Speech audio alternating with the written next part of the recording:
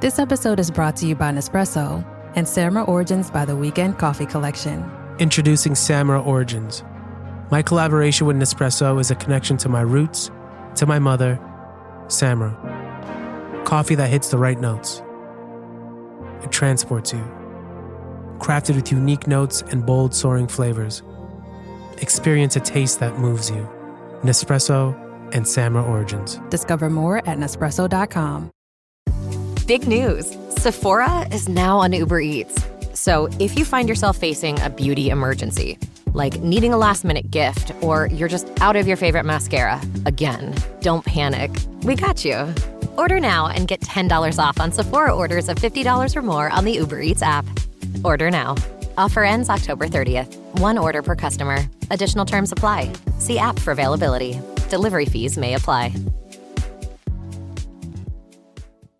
Experience a membership that backs what you're building with American Express Business Platinum. Unlock over $3,500 in business and travel value annually with statement credits on select purchases from brands like Dell, Hilton, and Adobe, and other benefits. American Express Business Platinum. There's nothing like it. Based on total potential value of statement credits on select purchases and other benefits, enrollments required, monthly and other limits and terms apply. Learn more at americanexpress.com/business-platinum. Tom, how many standard issue diner napkins would you require to consume an Italian beef sandwich and not embarrass yourself in Greece? 10, at least 10. How about you? For being a guy who keeps an orderly house, I am the messiest eater in the world. I would say no fewer than 37.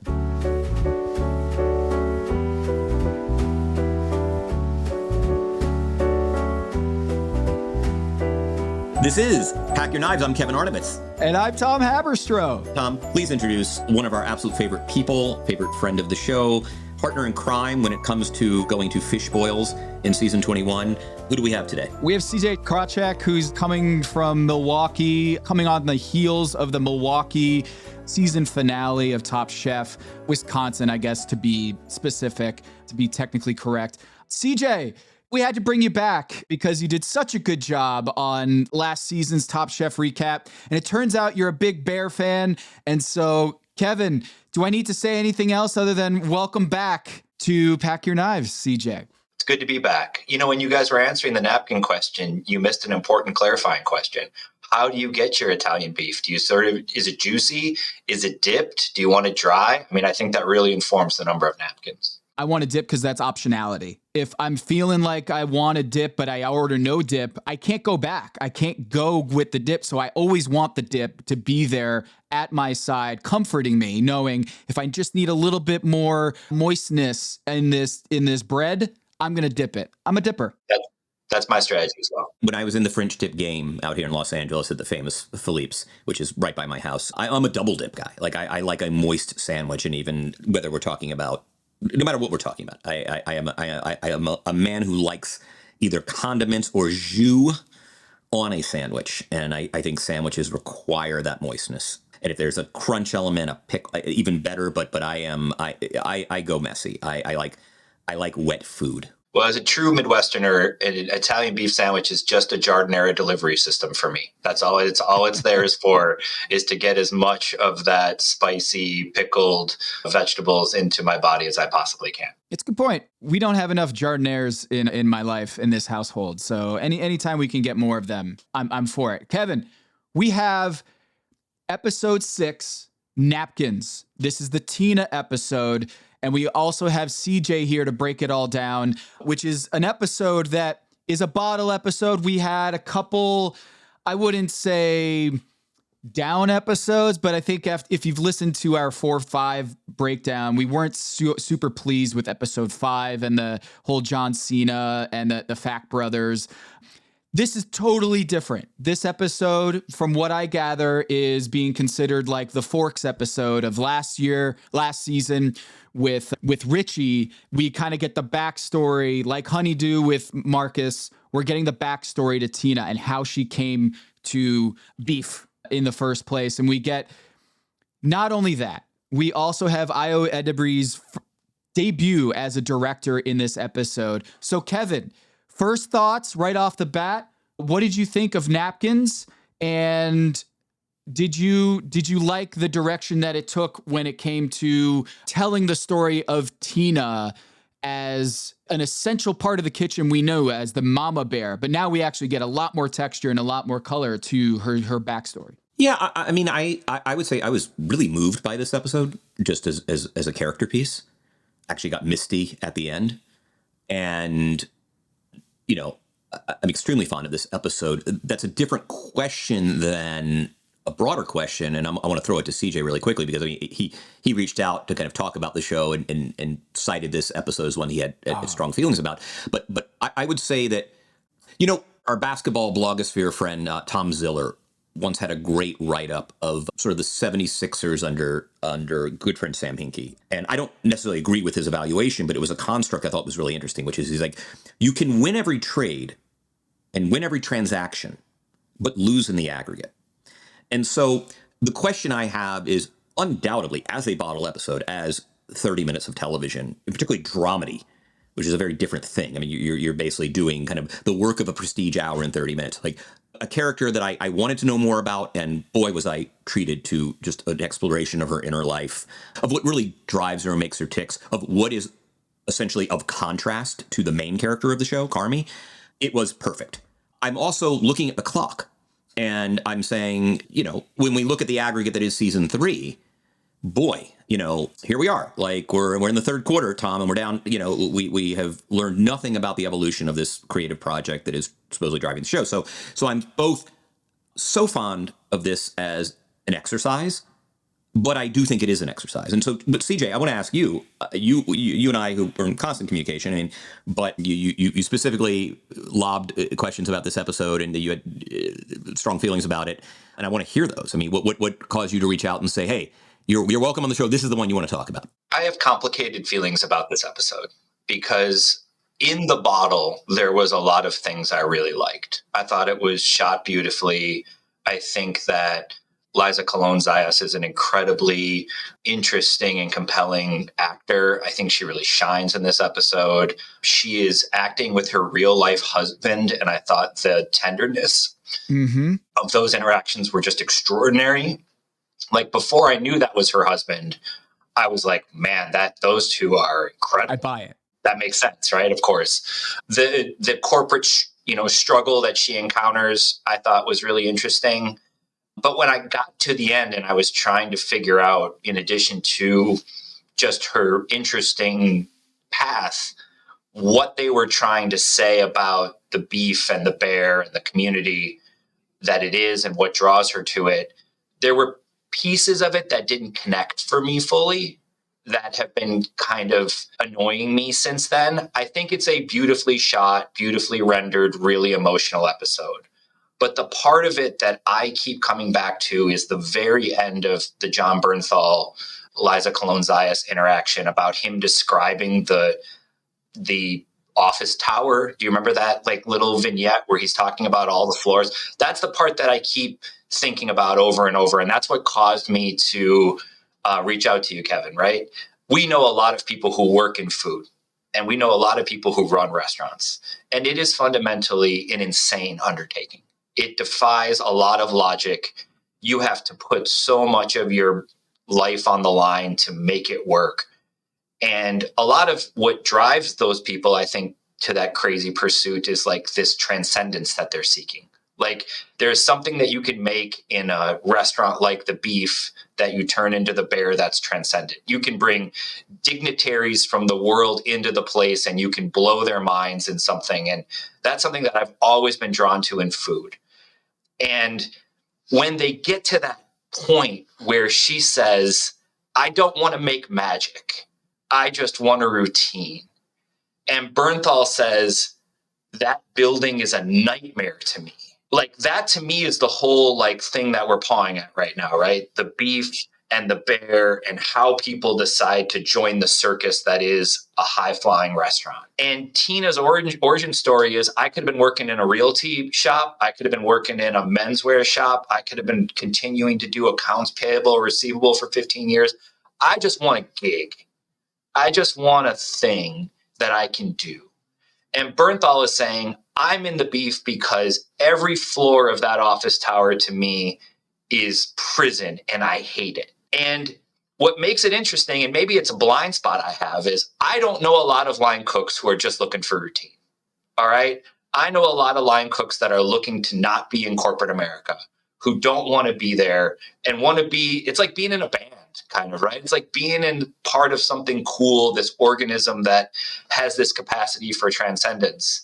So while I enjoyed watching it and I thought it was beautifully rendered, purpose kept coming back to me, right? It kept coming back to me that, okay, what am I supposed to take away from this? Tina, on her lowest moment, gets these few moments of kindness from Richie and from Mikey, and she sees a family unit that maybe she can be part of. And in the end, it doesn't matter whether they asked her to wash the floors, to paint the walls, or to cook the beef, she was in. Right, which is what I was really drawn to and found fascinating, right? Because, look, I'm not going to say there are two types of people in the world. It's a continuum.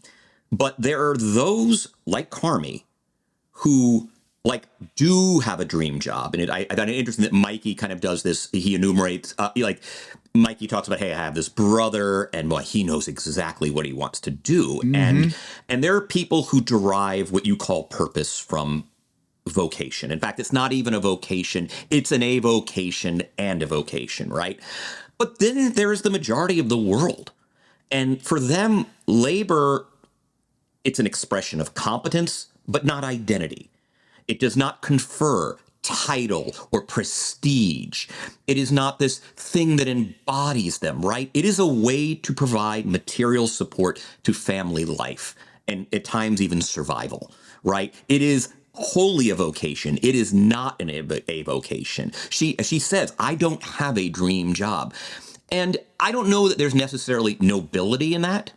I'm very allergic to anti-elitist language. Oh, these creative people, the elites who work in these who work in the information economy, and that you're a more noble person if you're a laborer than you are if you're an artist, right? But I do think that when we talk about sort of there's a certain luxury in finding purpose in a job, and not everybody has that luxury. And one of the things I loved about this episode is it was the rare show, a rare episode of television. You know, this is not an Aaron Sorkin character who has wide ideals about why I was put on this earth. And no, she is a woman without a college education. She is analog in every way, right? She has this paper resume in a world where everyone's saying, hey, come in to apply by LinkedIn. She has this old school clock radio that comes on and plays Cool in the Gang, right? Yeah. She is analog in a non-analog, in a digital world. A washed up old woman, as she said. I love that line, Tom. At age 46. Yeah, which, okay.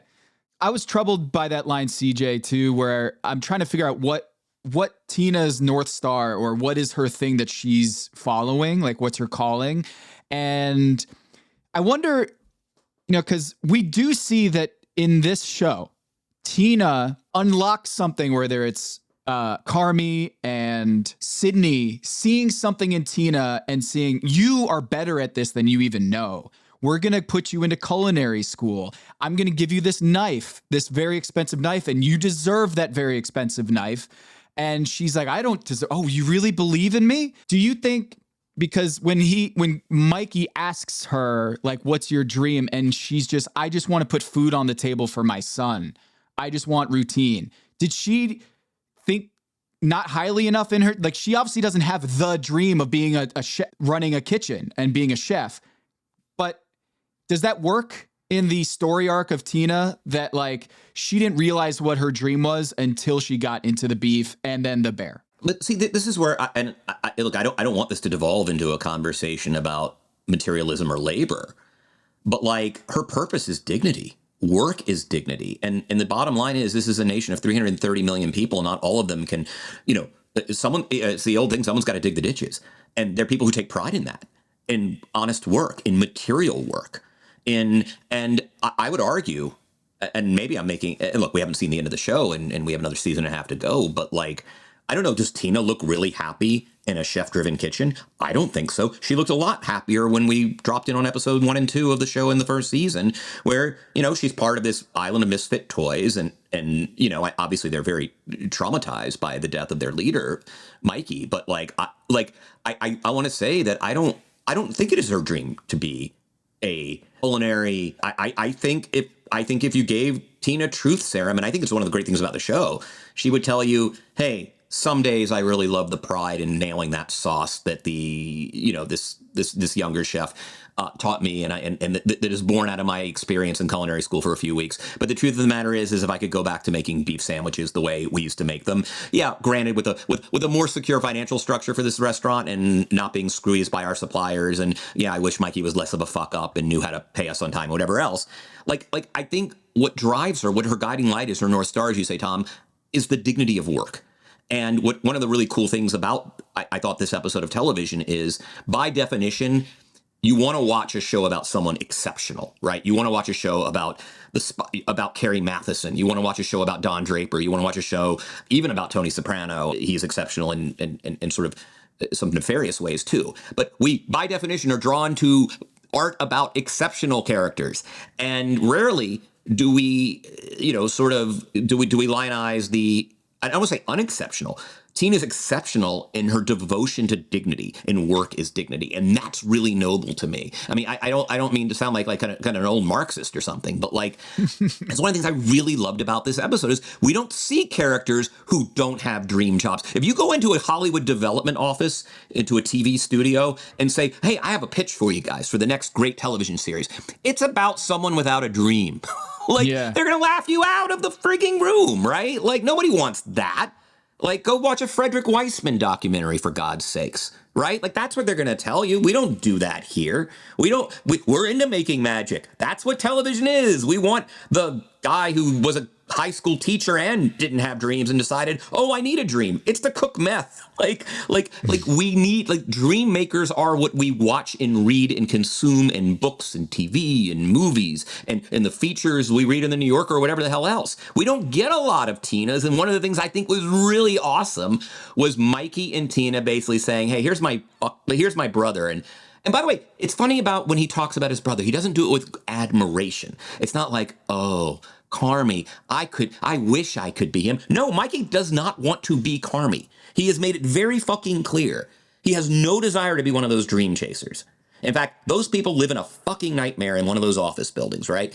And I just thought that was, in the way that I do think this show, even as I'm not enjoying this season to the degree I did the first two seasons, I do admire its gutsiness. And to me, to throw a character who's basically saying to the audience, I have no desire to inspire you, none.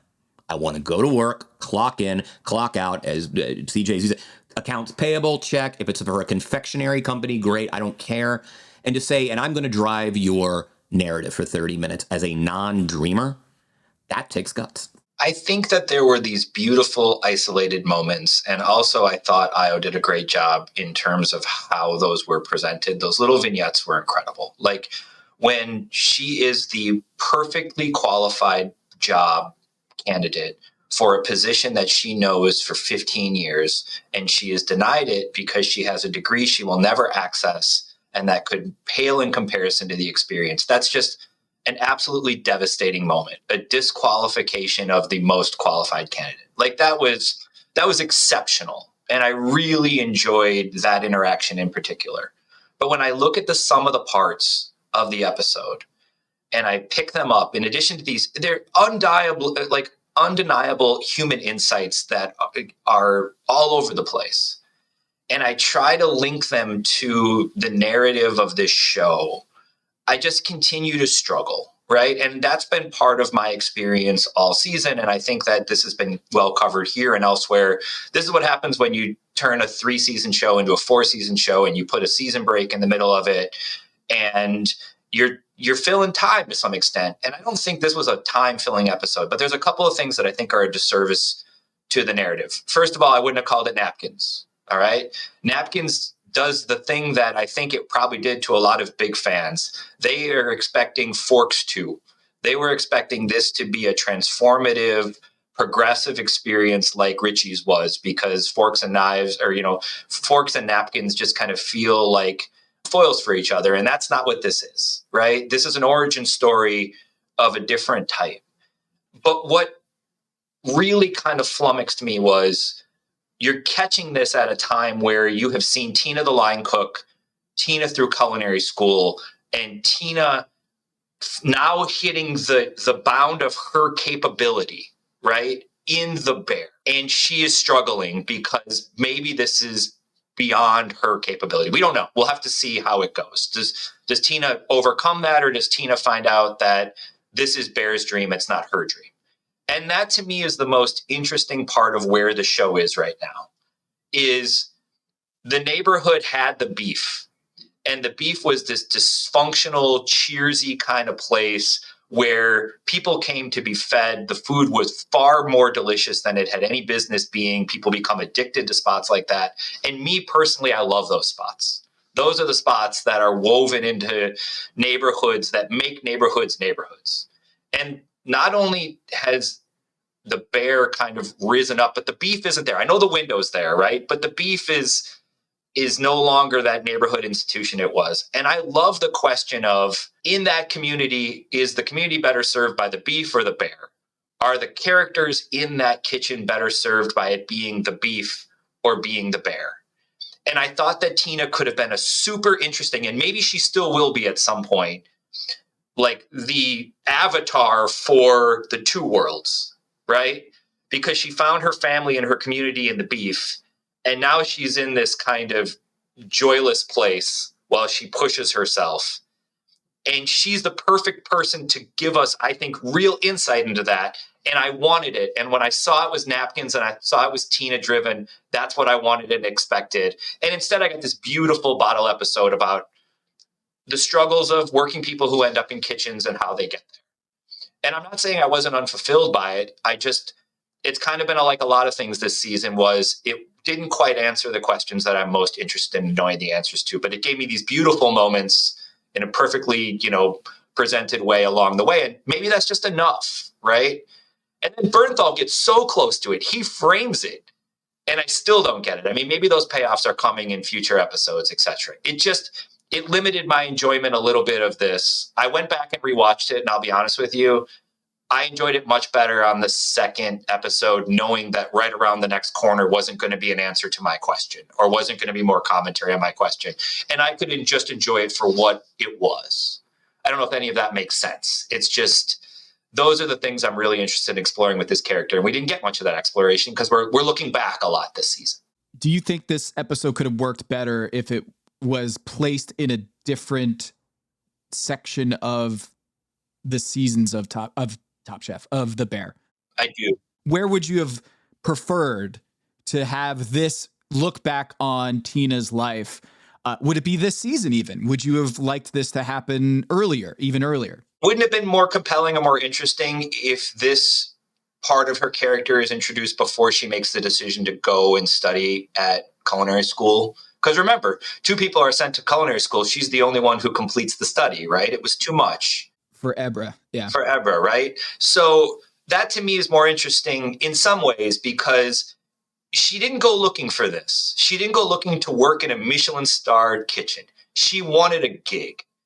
And now she's going to go into advanced coursework in a field that was just kind of, she's there because there was a delay on the L, right? The metro was delayed. That's how she ends up in there. And now she's going to the highest level of the profession.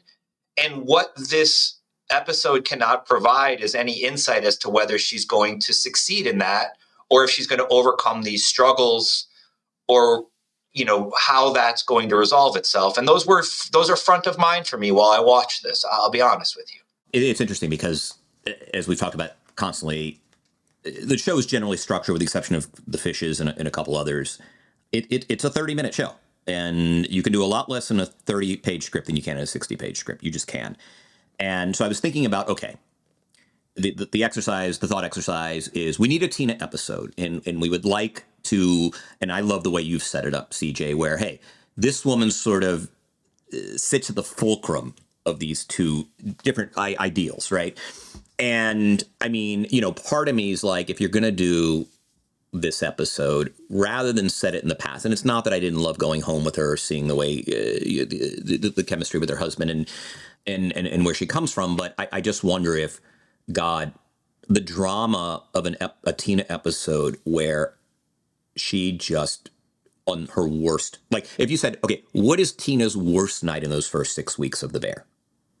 her worst night on the line. Let's tell that 30-minute episode. Let's do 30 minutes of television through the eyes of Tina on the worst night of those 6 weeks. And by the way, we can interlace some flashbacks. Easier done in an hour. And this is when I go back to the hour and the 30 minutes. Like if the Bear, which it is a drama, and the Bear is a drama. I'm sorry, you can have the Fact Brothers all you want. It's a drama. It is a freaking drama. Brooding ass, in the best way possible, television drama, irrespective of its Emmy category. And as a drama, it would have a 56-page script.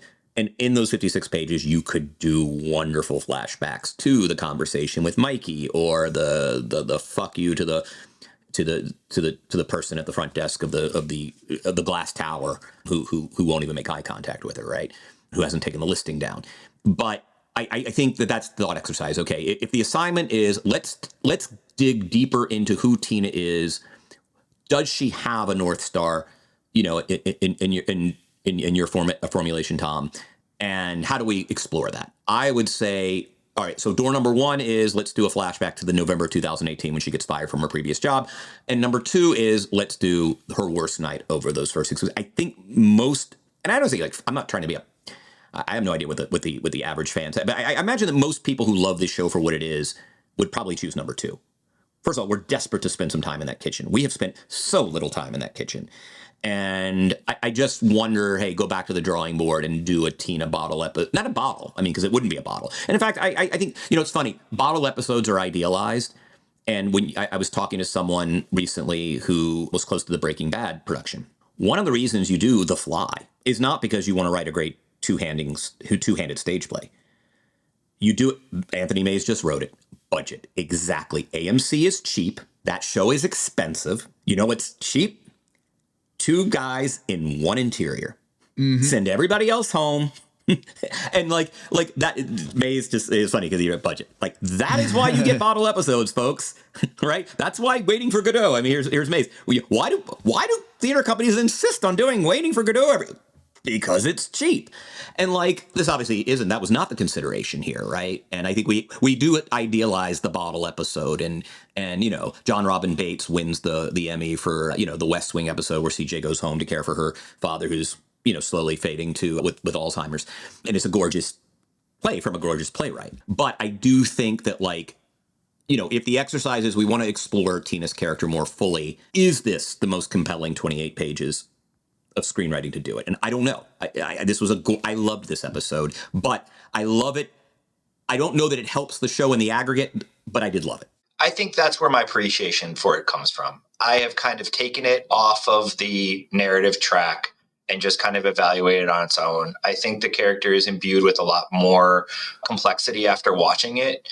But also remember, this is episode 6 of a season where episode 1, and I loved episode 1. I texted you after episode 1. I thought it was one of the great, just an absolute triumph in editing. But you kind of have to earn the space for the off-ramp sometimes, right? You got to get some miles on the highway for the off-ramp experience to really work. And one of my frustrations with this episode that undermined my enjoyment of it is I want to move forward with these characters. I want to spend time in the kitchen. I want to spend time in the dining room. And we're spending so much time at the rest stops that I've lost the journey is being lost a little bit. Like, when Carmi is yelling refire in the kitchen over and over in these chaotic cut sequences, my presumption is a lot of times that's Tina's food. All right. And it's not Tina's fault. Tina is being pushed to something that people have trained for in high-level kitchens and stages for years and years and years. And the mere idea that Tina can go from the beef to working one of the highest stress stations in a Michelin-level kitchen is really interesting to me. And there's so much to dig into there that the bottle episode of her character that looks back always, and like, other than putting the food in the crock pot and her routine, she clearly knows something about food. I'm watching the details of the crock pot and scrutinizing the broth, and she puts the rice in uncooked. Like, there are things I'm looking to, but like, it doesn't seem like food's a passion of hers, right? And now she's been pushed to this level. So I think some of my criticism is not about the episode at all. It's about the season of television.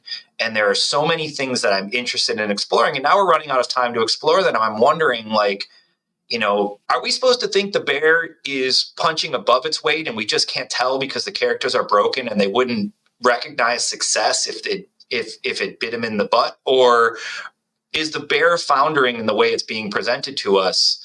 And one of the reasons it's foundering is because we're taking everybody along for the ride, and a lot of the people aren't, you know, they're not equipped for the ride, right? They don't know to leave the broth behind after it's been poured. They just, like, we're getting there, I guess. But on this episode, as much as I loved it, I found myself yearning for some forward-looking Tina stuff that I hope we get.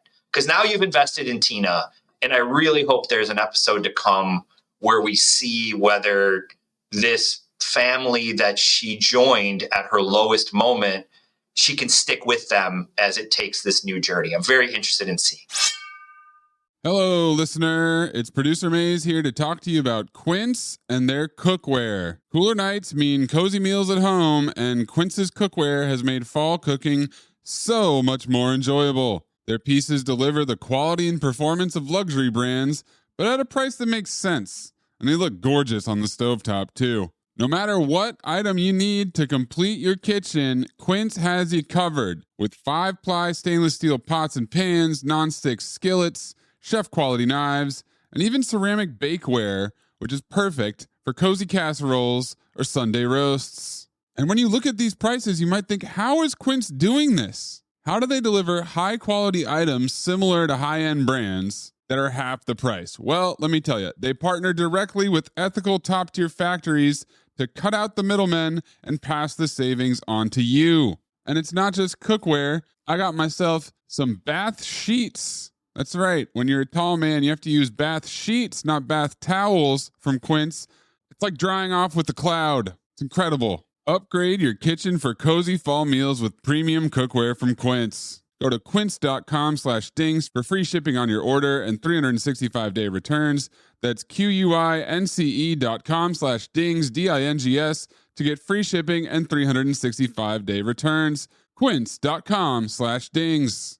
Hello, listener. It's Producer Maze here to talk to you about Kindred. Now, close your eyes like Owen Wilson during a job interview and imagine a way to travel that feels personal, comfortable, and connected without the price tags and the sterile feelings of hotels or short-term rentals. Now open your eyes and stop using your imagination because Kindred has made it very real. That's exactly what they do. Kindred is a members-only home swapping network. It's not a hotel. It's not a short-term rental. It's a smarter way to travel where each stay feels like home. Here's how it works. With Kindred, your home is your ticket. You earn credits by hosting fellow Kindred members, and then you use those credits to stay in over 220,000 homes in more than 100 cities worldwide. There are no hotel costs or rental fees, just the credits that you've earned. Every stay comes with white glove service, 24/7 trip support, and $100,000 in host protection. Make it easier for you to travel and enjoy yourself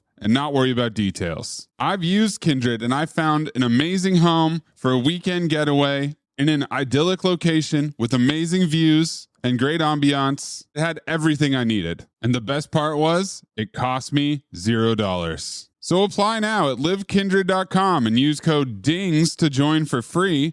Plus, you'll earn 5 nights of travel credit just for signing up. That's right, that's 5 whole nights for free at livekindred, KINDRED.com, code DINGS, DINGS, livekindred.com, code DINGS. Listener, listen up. This is important, okay? I'm going to try to save you some money here. If you're still overpaying for wireless, it's time to say yes to saying no. At Mint Mobile, their favorite word is no. You may think like, oh, that's bad. No contracts. No monthly bills, no overages, no hidden fees, no BS. Here's why I said yes to making the switch and getting premium wireless for $15 a month. You heard that correctly. $15 per month. Ditch overpriced wireless and the jaw-dropping monthly bills. And of course, there are all these hidden fees and stuff, but at Mint Mobile, plans start at $15 per month. All the plans come with high-speed data, unlimited talk and text. You're not doing like weekend and nighttime minutes or anything like that. And it's delivered on the nation's largest 5G network. Use your own phone. Don't have to get a new phone. Use your own phone with any Mint Mobile plan and bring your phone number along with all of your existing contacts. I switched months ago. People have asked, did you actually switch? Yes, I actually switched months ago, and I don't know what to do with all this extra money. I've cheated the system here. I've rigged something. This is an Ocean's 11 situation where I'm stealing wireless from Mint. That's how good a deal it is. Ready to say yes to saying no?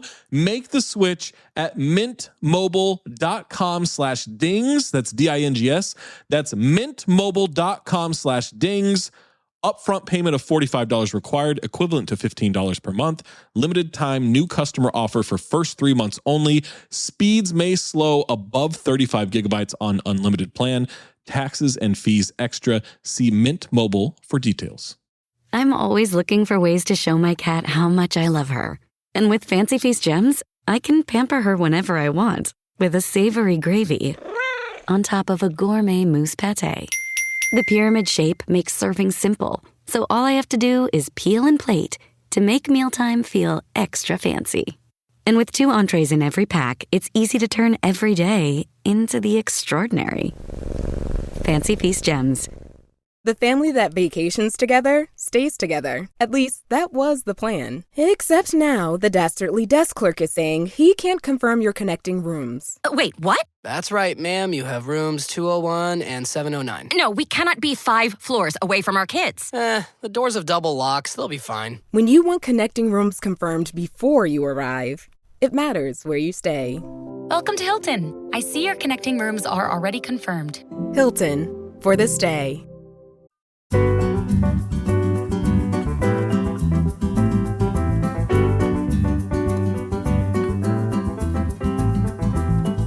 My favorite scene that Ayo shot was when Fak is playing the video game and they're like, yelling at each other. Probability is like gravity, Fak, and there's no negotiating with gravity, no negotiating with probability. And they get excited because, Mikey said something really smart. And then he gets all-time low and, oh, you fucking suck, you're terrible.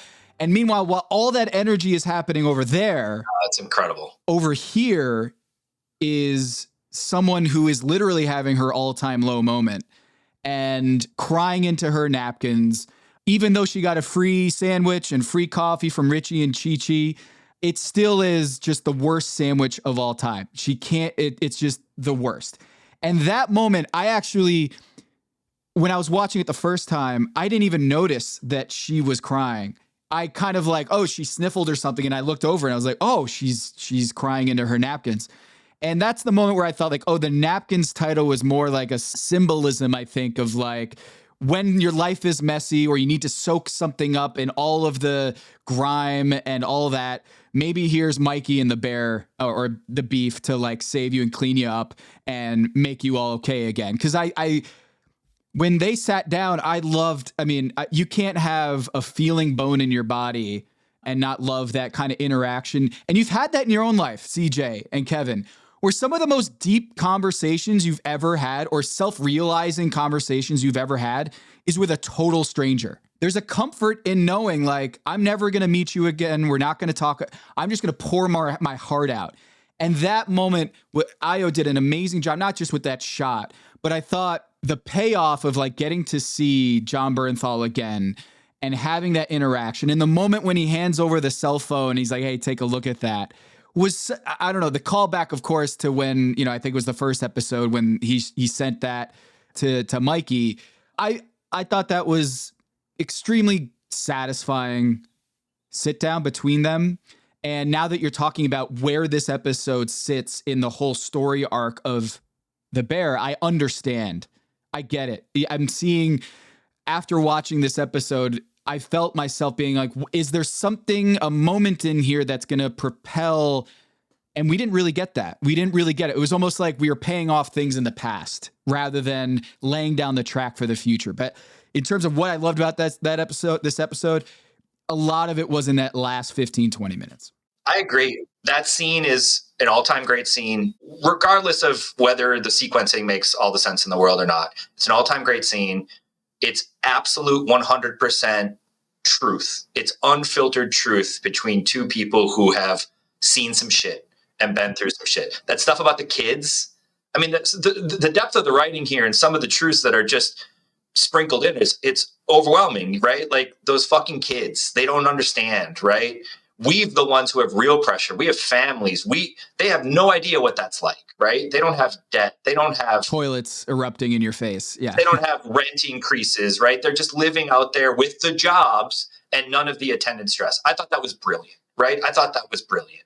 I thought that Bernthal, I haven't liked a lot of what I would call stunt casting this season. It hasn't hit for me. Yeah, you're the Bear. You're an incredibly popular show. Everybody wants to be on it. That doesn't mean you should have everybody on it all the time, in my opinion. But I thought that Bernthal was great. When he says that place, that building, I think about that constantly. That building is a nightmare to me. I knew it wasn't going to get me. Like, that's a great statement. He's at the beef because it is a reality that works for him that is not in corporate America. And Tina, he offers Tina the job, not because she necessarily thinks she's going to be good at it. He has no idea. He doesn't even know her last name until one of the final lines of it. She says, I just want to feed my kid. And he's like, well, shit, I need to take care of this woman. I need to bring her into the fold. I need a line cook. Let's see if it can work. Like, there's real, like, empathy and generosity in that moment that I think I'll think about for a long time. And I'll eventually get over the disconnection of this when some of these things pay off. In the moment, I was maybe more frustrated than I had cause to be, but it's been fun kind of unpacking it because I do think she's the crossroads character in this. And I think that the creators know that she's the crossroads character in it. And I've heard a lot of people say, I can't believe we got a Tina episode. That doesn't make any sense to me. She's kind of the character I was the least interested in. I've heard people say that. I've heard people write that they want to spend more time with some of these other characters. And I'm like, I think they very smartly understand how Tina's one of the only characters with a foot in both of these worlds. She went to culinary school. She doesn't have a BA. She worked in corporate America. She worked at the Beef. At the end of this, she's going to be the only character who's kind of touched all of those different places. Because Mikey has it. Mikey stayed out of there because that was his nightmare. Richie never really did. So I just find it very interesting. I hope we get more Tina in that last half season. Now, whether there'll be room for it or not is a big question I have. One of the things the show did, this episode did effectively is in some ways it is very much about Carmy, though he's not there, right? And because, and I mentioned this earlier, the contrast, right? In portraying these characters who don't have dream jobs, who aren't guided by passion in their work, there's a lot of commentary here about Carmy, right? He is an artiste, and for better and for worse, right? With the incumbent temperament and with all the rest of the bullshit that goes with really just sort of mad scientists and tortured artists and the rest of it, right? And so even though he is not present, we are drawing contrasts. I mean, what we're realizing is how different Mikey and Tina are from Carmy, and in some ways it goes to highlight Carmy. The other nice thing is that, look, Mikey is the specter that hangs over the show, right? Like, to the extent that these characters are all experiencing the one drama the one trauma they all share is this guy who was either their brother, their best friend, or their boss committed suicide. And it has been a huge presence in the show, and yet, we know Mikey. Obviously Fish has provided the most context for Mikey. We've seen little, various little snippets here and there. We've seen the way the characters refer to him, talk to him, the memories they carry of him forward.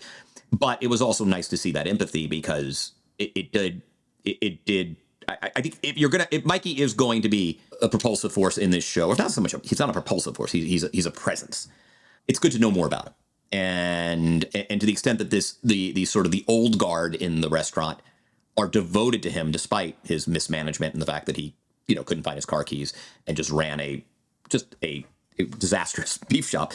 Why do they love him? And you got a glimpse of that, and that's important. Like, why are they devoted to this man's memory is an important thing, and we got a lot of that in this episode, which meant it was very useful in that respect. Yeah, well, like when Tina comes in and starts crying, Richie, in the most asshole, barbaric way, says, like, she can't be in here. She's going to scare off the regulars. And here comes Mikey saying, hey, have some empathy, brother. Like, come on, man. And fine, you're better at that than I am. You go talk to her. And that was kind of like them in a nutshell. It was like the difference between Richie and Mikey is right there, is that he's got this presence about him that he can go talk to somebody. He doesn't have any idea who's crying over there. And they both pour their heart out. And I love that line where he's like, you want to go first? And it's like, I got some shit I need to talk about too. So let's go. I loved it. It was great. I thought that, is it possible? Because Carmy isn't a dreamer in the sense that he wanted to work in a corporate setting.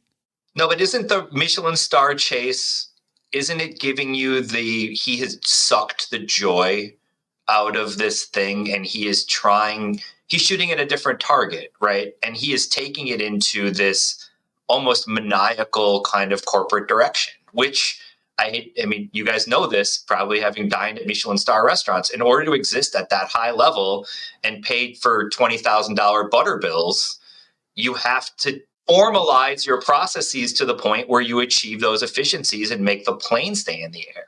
Right. That meditation, I think you guys are very much right on it. Carmy's presence looms over all of this because you're thinking about what these two characters want. And all I'm thinking about as they're talking is, well, is the bear in its current direction reflective of what either one of these people would have wanted? Right. Could you ever have, Tom, to your point about the most beautiful 12-minute conversation between these two people, could that conversation ever happen at the bear? Does the bear foster an environment that would allow two human beings to connect that way, ever? Now, to our earlier points, it will allow dignitaries from foreign countries to experience orgasmic food. It will allow, possibly, if it's as successful as ever, it'll allow two teachers from the western suburbs to come in and have the meal of their dreams.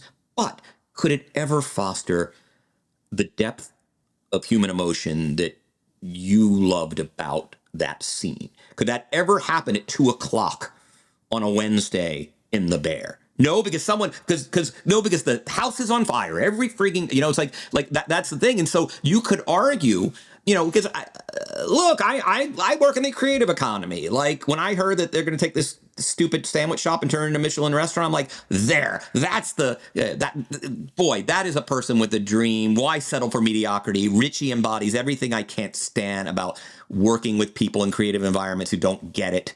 And now I'm starting to be like, oh, wait. And so in some ways, this is the case. Like, is this the episode that is the case against the bear? Well, so this is the funny part, though. I was thinking about Forks the whole time I'm watching Napkins. And every shot of Richie's experience at Forks is a very calm, professional, systematized environment. Yeah. It's calm. Everybody is an expert because they figured it out. And we have to remember that we're talking about a Michelin star restaurant born out of nothing in its first month or two of operation, which is impossible, right? It's just, they're not there yet. But as we get deeper into Carmy's leadership style, we're seeing him go in the dark direction of his mentors rather than the brighter reflection of his mentors, which is the thing that changed Richie's life, and which you hear echoes of in Mikey's very kind things that he's saying to Tina. And one place we're not experiencing that at all in this season so far is through Carmy's leadership of the Bear. And I think we're supposed to be thinking about that. That's what I'm thinking about when I'm watching. Do you think there's a little bit of resentment in knowing that you have a dream and you're going to pursue it in a way that, like, because the older brother's like, man, look at this flower. Man, he's the shit. My little brother's the shit. But he knows what he wants, and he's going to go and pursue that. And that shit's not for me. Like, it's just not, I saw that and it depressed the hell out of me because that's not for me. That's not my life that I want. You guys are smarter than I am. Was he talking about how he's not capable of being that good or that good at any one thing? Or is he saying, I like the blue collar life. I'm not about that life. I want to be hands dirty, cleaning the toilet floor. Well, he does say it a little bit, right? He says, I think I'm pretty good at a lot of things, but I don't have a transcendent talent. I'm a generalist. So I think you are supposed to pick up on that to some extent. Mm-hmm. And I don't think it's resentment necessarily, because even if he had the talent, I think he questions whether he would have the wherewithal to execute it at this maniacal level that his brother is, but he's certainly drawing a comparison from the fundament of what makes him who he is to what makes Carmy who he is. And I think that did come through in a pretty effective way for me. Mm-hmm. Yeah, I think what it was supposed to convey is this is a pretty self-possessed guy. Despite what we might have seen during The Fishes and some of his more tumultuous moments, and he's clearly combustible and obviously very troubled, I mean, given what he ultimately does. But that there's a certain self-possession, and in fact, sometimes an awareness of self that is so harsh that it causes you to do some things. He is fundamentally just resigned to the fact that there isn't fulfillment in work, mm-hmm. and work represents in contemporary society, work just represents a disproportionate amount of the grade. I do want to talk for one moment about the thing that I think all three of us can agree on is whatever troubles we're having with this season, the music has been fantastic. And I will give this show, season 3 of The Bear will forever shine for me, one of the great musical seasons in series television ever. And I found a fascinating choice. Kate Bush is one of my favorite artists. I was one of those arty high school boys in the 1980s who flocked to Kate Bush. Hounds of Love is a brilliant album. My second favorite album after Sensual World, which Kate Bush fans will loathe me for probably. And it's very interesting. They go with a very deep cut off this album, The Morning Fog, which is the last track on the second side of the album. And it's really kind of a 2-part album in the much more witchy, ethereal part of the album. And if you had asked me to guess which Hounds of Love track they'd use for the Tina Bottle episode, flashback episode, I might have said Cloudbusters or others. But I was so enamored of this choice. And it's actually funny. It's the last song of the track where the character, the protagonist of Hounds of Love, if there is like a singular woman who's kind of determining what she wants out of the world, what she needs from the world, what she wants to give the world, sort of comes to peace and just is sort of, it's the very it's sort of where she just kind of arrives. It's the last track on the album. So I thought it was an interesting choice, and bravo once again to the people doing the incredible work of assembling these soundtracks, especially in a week that, like, literally a minute later, you're listening to Sabotage. Yeah, Beastie Boys. Yeah. Could you find a track in the 1980s that is a greater contrast to the stuff on the back half of Hounds of Love by Kate Bush? It would be kind of Sabotage. Or even the, she wakes up to the clock radio to Too Cool and the Gang's Get Down on It. It's so, but I just want to give a short love letter to an album I love, a track that is my second or third favorite track on the album, but a deep cut at the very end of a sequence of songs that are kind of witchy and ethereal. And here they are sort of punctuating Tina's sort of work a day. I'm getting on the bus and I'm going to find a job, goddammit. It was such an interesting choice. Anyway. I think I'm a music guy, Kevin, and yes. The musical choice is unassailable throughout this entire show, just mind-bogglingly so. I can't think of the only show I remember using music this effectively was Homicide: Life on the Street, which used music, I thought, in just an incredible way. Not only the choices of music from the past, but they really have their finger on the cultural zeitgeist of music too. I think episode 7 opens with a song by Adrian Lenker, who's the lead singer of Big Thief, who is, for my money, the best band playing what I would call indie rock music. And I think she's maybe the most gifted songwriter in that genre. And for them to bounce around like they have and then have her start another episode, they're batting 1,000 in terms of musical choices.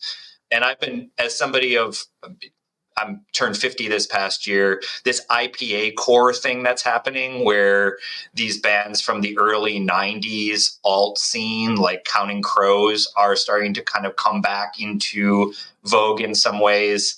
They're doing it all. They had the Reznor thing. They had the Vedder cover. They reached back in this episode, which is a flashback episode for those songs that you mentioned. It's really, really great. And I think that it connects people with the subject material in really compelling ways. I think, even when the show is flat in ways, the music kind of sustains it in a pretty interesting manner. So yeah, all kudos to them. It's enhanced my viewing experience so much. You talk about your viewing experience, CJ. What do you love about The Bear and what keeps you going? Sure. So one of my passions is restaurant culture. And one of the things that this has gotten right, I'm friends with a lot of independent restaurant operators. That's where my heart of culture really is. And I see them as endangered species. I see independent restaurants that make neighborhoods and cities special under threat. And it's cost of ingredients. It's being able to pay their people a wage that allows them to live with dignity. It's all of these factors. It's frankly the work. The work is incredibly hard and it never goes away, right? Like every day you have to show up and you have to prep, and every off day is ordering and you're facing spreadsheets and things like that. And I find the way the Bear dives into how difficult that work is pretty compelling, and not something surprisingly that's been really investigated deeply by other shows. I think it was you guys that talked earlier in an episode about how there aren't really definitive restaurant shows. We have all these law firm shows. We have all these hospital shows. Restaurant kitchens are fascinating places. They're fascinating organisms. And the work is incredibly difficult. The margins are incredibly thin. And I do think that the Bear is doing a really good job at shining a light on maybe an appreciation for the lay diner that's watching about when you step into these places, you should be kind and you should be empathetic because what they're doing is impossible. And unless you support them very fulsomely, that place you love can be gone and your life will be diminished in ways that you can't necessarily even understand now. So there's just something about the setting and the endeavor that I find really compelling. Would you have liked the Bear versus Beef? Like you said earlier, like I want to go eat at the Beef all the time, those type of places. So which one would you be more excited about if they were? So this is the funny thing, because I have a certain reputation amongst my friends as being fancy. And part of that fanciness is I like good food and I have dined in more than a couple of Michelin star restaurants. I take trips just to eat. I want to see what the top of the mountain looks like, but that's not really where my heart is. My heart is in true neighborhood restaurants. Milwaukee is one of the great places to live because our corporate restaurant scene is pretty modest. We talked about that when I was on for Pack Your Knives. So my heart is in these multi-generational spots, these neighborhood spots. So for me, the world needs places like the Beef, and cities need places like the Beef more than they need places like the Bear. Although I want places like the Bear to exist. I don't want fine dining to die or what's happening now to come so prohibitively expensive that only super elite wealthy people can enjoy it. Because let's be honest, those people oftentimes are the least equipped to appreciate what makes it special. They're just, a lot of them are clicking, checking boxes because they're supposed to go there as opposed to understanding it. I always think back to that scene in Billions, which is a show I didn't like, where somebody is putting wasabi on a perfectly prepared piece of sushi and, my ears start buzzing as a result of it. But I really like places like the Beef. I like sending people to low art places where the food punches above its weight and you can't believe it's sitting there. It is that little flower that grows up through the crack of the sidewalk and it shouldn't exist, but it does. And it's just the best thing ever. And that's kind of what's drawn to. So yeah, and like the fact that there's the Beef window, that's cool, right? The regulars can still get their places. It's a nice compromise, but the Beef is gone. The Beef, the neighborhood spot, the gathering place, the regulars, it's gone. And in its place is one of these temples of gastronomy. And I find that to be the most interesting thing other than just exploration of how hard this is that the show presents. And I think people are starting to talk about it more. And I find that really interesting because I want to protect those old neighborhood spots. That's really important to me. I think CJ also speaks to the tension that a lot of us have.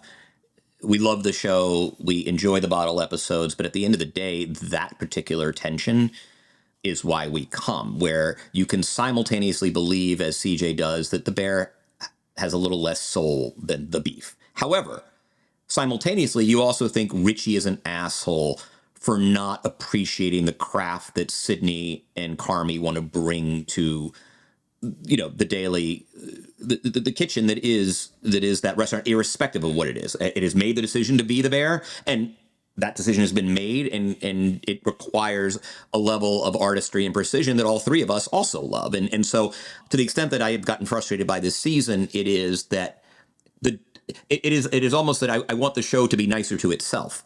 I want the show to respect the fact that it has created a dynamic that explores artistry versus honest work, high octane restaurants versus low end eating, people who take dignity from work to people who take purpose from work. And it doesn't fully give the amount of time that they've set up a dynamic that requires great exploration and can provide for hours and hours of fascinating television that is character driven and action packed and propulsive, and you feel the stress. And yet it is chosen to spend precious little of season 3 in exploring that. Or to the extent that it is exploring, it is through a circuitous route through somebody's recent past that lands with an 11-minute conversation that we all love, of which 3.5 minutes does explore that theme, but in a much more remote way, right?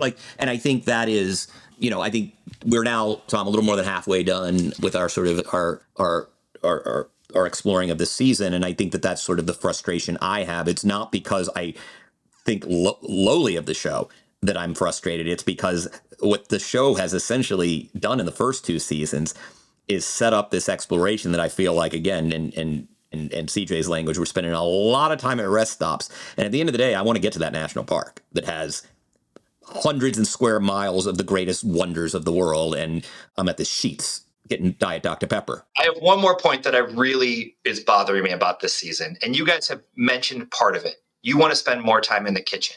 I actually want to spend more time in the dining room, okay? Because kitchens can be chaotic even on their best days, right? You think about that duck, right? The feet are always moving. No restaurant is immune from getting into the shits or getting into the weeds, as I've heard my friends say it. Everyone does it. But the art of those restaurants is the dining room is a completely different place, all right? And Richie's forks arc is bringing that kind of detail and customer facing service to the diner. And they're being reviewed. We know they're being reviewed, and it's this pregnant thing, but we don't know anything about what the diner experience has been like, right? Like, we know that some things have been delayed because there's been refiring and Carmi's being a perfectionist, but how are they playing it off in the room? Are diners just having a great time because they can't believe how good the food coming out of the old beef is? Is Richie succeeding in what he learned at Ever during Forks? I don't know what's going out there. So when I think about this review that's looming over, how am I supposed to know whether it's an earned good review or an earned bad review or whatever's coming down? Because I haven't seen it from the perspective of the diner at all. And I really want that. I'm with you. I am totally with you on that. I want, when the Shapiro chef from Ever tells Sydney, hey, I ate at your restaurant and it was good. It was great. The food was excellent. I was like, man, it would have been cool to sit there with him and to see what he saw and to see his reaction to the food and what made Carmi's dish so Carmi. That would have been great. And to see, I don't know whether we need a first person view of what a customer sees when they walk into the Bear. I'm with you. I actually think that sort of looking at the Bear through the new dining room, because really the old dining room at Beef was the kitchen, right? It was open air. It was yelling. It was, hey, Mark the Narc, come on, where the fuck are you? Oh, here's your fucking sandwich. And that madness is all part of the experience, but that's separated now into silos. And we get a little bit of it, CJ, when, Richie's walking from the chaotic madness of the kitchen and through the door and into the dining room, which is more serene and more, quiet and beautiful. But we're not getting a lot of that. And I don't know if we're going to get more of it, how much we're going to get more of it. I mean, here's a pitch for a better bottle episode, right? Is, hey, a bottle episode through the viewer, through the eyes and the sensory experience of a diner in the Bear dining room. And it's he or she, and they're coming and they're bringing a friend or two, and it's their big night out and they're enjoying the food, and we get their impressions, and there's some drama going on in their life. And at the very end, the reveal is this is the Chicago Tribune critic. Because if you've ever gone out to dinner with a critic, and a good friend of mine is fortunate enough to have been able to tag along for free meals at great places, is they're not sitting there looking at the floor. I mean, they're you and me. I mean, it's us. It's like they're out with their friends talking about what's going on with their family and what's going on with their with whether it's politics or sports or whatever, art, and like they're just eating. Like it is second nature to them. It's the way, Tom, you and I would go to a basketball game after 10, 12 years on the job. And you guys go to Restaurant Wars, right? I mean, that's that whole experience, right? Like, how are they doing? How's the pacing of the meal? Are they being thoughtful? How often have they checked in with me? All we hear is about is like the instances where they break, they drop plates. Like, that's something that, maybe I'm concerned. I'll just be honest with you. And maybe this is beyond what we're doing here today. I'm concerned that whatever that review is, which they're making us care about, they're preparing for it. It's going to be somebody telling them whether they're succeeding or failing. And they've made us care about success or failure through this very lens, right? When that comes out, I'm worried that we're not going to have done enough to contextualize whether it's fair or not, or why the words on the page are what they are. Because to me, there's two potential outcomes to this. The Bear is way better than the people who are suffering day to day realize it is. They have pushed it to a high level, and all of this madness has worked out. And I'm going to be sitting here maybe shrugging my shoulders, depending on what comes before the review drops, right? Maybe they do a good job filling this in, and they just realize, man, this thing is just way better, and we've been so super hard on ourselves, and it's fucking great. Awesome. You're absolutely right. As Kamala Harris said, you exist in the context of all in which you live and what came before you, and we don't have a lot of that. We don't have a lot of it. So I'm worried about that, right? Or the Bear has failed in terms of, this was a very ambitious project. They're early into it. There's some hits, there's some misses, and that's cool. But then there isn't a ton of time left, guys, the way I understand how much runway is left in this show necessarily. Maybe the takeaway from that will be, and I don't want to get too far into like future casting, will be, and that's okay, because we don't need that, right? That would go back to Ayo saying, Sydney's character saying, that's not why I'm here, right? So they've put us in this box, and we're going to get an answer to it, and I just don't know how I'm going to react to it. That's my biggest thing. And do you know how long the season break will be after the end of this break into the next one? Have they announced it yet? I don't know the answer to that, CJ, but Maze is saying in the chat, no, they have not announced it. It kind of feels like this is season 3A, and then season 3B is coming up as season 4. Yeah, for sure. Like, it kind of feels like, doesn't it, CJ, that they almost like, I don't know whether they knew that they already had gotten the season 4 before while they were writing season 3, but it does feel like they're like, oh, we've got a lot more runway to work with here. So we don't have to really wrap up everything season 3. We can kind of, play the long game a little bit more. We got overtime. We got 2 overtimes coming. And that narrative wise is a little frustrating, because we're at 6 episode of a 10 episode season, and it doesn't feel like we've laid down the track enough to resolve some of those questions. Or at least we don't have any idea if the Bear is doing well or not. We don't. We don't. And I guess the review is going to tell us it, and it's going to be based on things maybe that are on screen, maybe there aren't. But like, to bring this whole discussion full circle, that was one of my initial frustrations with this bottle episode looking backward, right? I feel like there's a lot of work to do to let us evaluate and for that, whatever that outcome is, to be earned. And I hope that they spend some of the next few episodes putting us into a position where we can evaluate it, right? Like, we all watch Top Chef. What's one of the really hard things about Top Chef? We don't get to taste the food, right? So we rely on expert people who are there to describe the experience. So when they come up with a decision, we feel whether it's the right decision or not, and it's earned, and it's why that television show works. We're being put into a similar place here, where they're doing this crazy thing, and maybe they're succeeding and maybe failing, and now a decision is going to be rendered. And I just want to know if we're going to be in a position to evaluate that in the same way that where it rings true to us. CJ, a thought just occurred to me before we let you go. The Milwaukee Halo, Top Chef bump, like, how's the city, reacting or responding to Top Chef coming through Milwaukee and Wisconsin? I think it was a really great thing. I really do think it was a great thing. I think people got to see, like, a lot of people, and maybe they're not as in tune to American cities, which I find to be a fascinating thing, and their different characteristics. Like, a lot of people don't know that Milwaukee sits on the shores of this inland sea, right? They don't even realize that, like, Lake Michigan is right there. It's crazy for me to think about.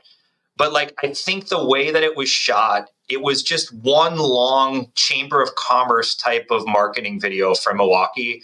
And I think that's been hugely positive. And a lot of my restaurant friends that I care about have seen actual bumps in business since then. So a lot of credit to Visit Milwaukee and the people who went out to get this. I think that it filtered through. I have a lot of respect for the producers and the judges. I think I told you this, maybe I didn't. I was at the debut episode at Discovery World, which is this beautiful place on the water. And as soon as they started airing the episode, the judges left and went to Three Brothers for dinner. Like, that's the dopest shit. Like, for me, that is, if you want me to say whether you've answered the puzzle that is my city, you coming here and saying, I'm going to drive and go eat while this is airing and then return to like our kind of mother restaurant, super happy about it. So it's been great. It was great for the city. And I think that it was a universally positive thing, and a great thing for my friend Dan Jacobs too, right? Like, what a great heroic arc that he had. I saw that you guys brought Colicchio on. It was super cool. I had a conversation with Dan where he had echoed a lot of those things. But even though he wasn't the ultimate winner, I can't remember somebody being treated like, what a legend that dude is for having gone through it the way he did, being as open and honest with his struggles as he was, and then just cooking his ass off the entire season. Like, that made me super happy. Milwaukee getting some shine, which again, it rarely does, except in the context of, a success of a pro sports team, was one of the coolest things about this season, just because, again, I love that they did it in September and early October too, right? Like, it is truly one of the great summer cities in America. It was fun to do that with you. Thanks so much for having me on again. It's great to see you guys. Great to talk about this type of stuff. And like I've told you when we started, I've been listening I want you guys to do more of this stuff. I think you guys are well suited to it. You're a great team. So it's been really fun. And thanks for letting me come back up and catch up a little bit. You bet. Tom, closing thoughts. The stats are that this was the top episode on IMDb score, that this was the most highly rated season 3 episode. And none of the other ones really come close. And I think just in a box, like not even considering where it was in the season, I think it was my most enjoyable episode of the season. I really enjoyed that sit down between Tina and Mikey. So I thought it was a really great episode, independent of the entire story arc. But I'm with you, CJ. We need to pick it up. We're losing a little momentum, and we need to answer some questions here, and hopefully we get them. For Tom Havastro, for producer Anthony Mays, for super friend CJ Krawczyk, this is Kevin Arnovitz, and this is Pack Your Knives.